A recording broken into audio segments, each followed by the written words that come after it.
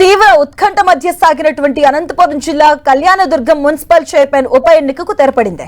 Kalyandurg municipal పీఠాన్ని TDP కైవసం చేసుకుంది.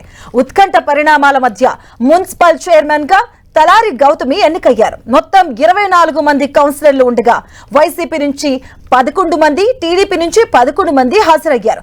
ఈ నేపథ్యంలో ఎక్స్ అఫీషియో సభ్యులు కీలకంగా మారారు. ఎక్స్ అఫీషియో సభ్యులుగా ఉన్న ఎంపీ అంబికా లక్ష్మీనారాయణ, ఎమ్మెల్యే సురేంద్రబాబు గౌతమికి మద్దతిచ్చారు. దీంతో 13 మంది మద్దతుతో ఆమె చైర్పర్సన్ గా ఎన్నికయ్యారు. మున్సిపల్ చైర్మన్ గా ఎన్నికైన తలారి గౌతమి ఎన్నికవడంతో టీడీపీ నేతలు సంబరాలు చేసుకున్నారు. అటు కొత్తగా ఎన్నికైన municipal chairman Gautami Kalyanadurgam municipality అభివృద్ధికి కృషి చేస్తానని చెప్పారు. ప్రజల ఆకాంక్షలకు అనుగుణంగా అందరి సహకారంతో ముందుకు సాగుతామన్నారు తలారి గౌతమి. అవకాశం ఇచ్చిన ఎమ్మెల్యే సార్కి, ఎంపీ సార్కి, నాతోటి కౌన్సిలర్లందరికీ కూడా కృతజ్ఞతలు తెలుపుకుంటున్నాను.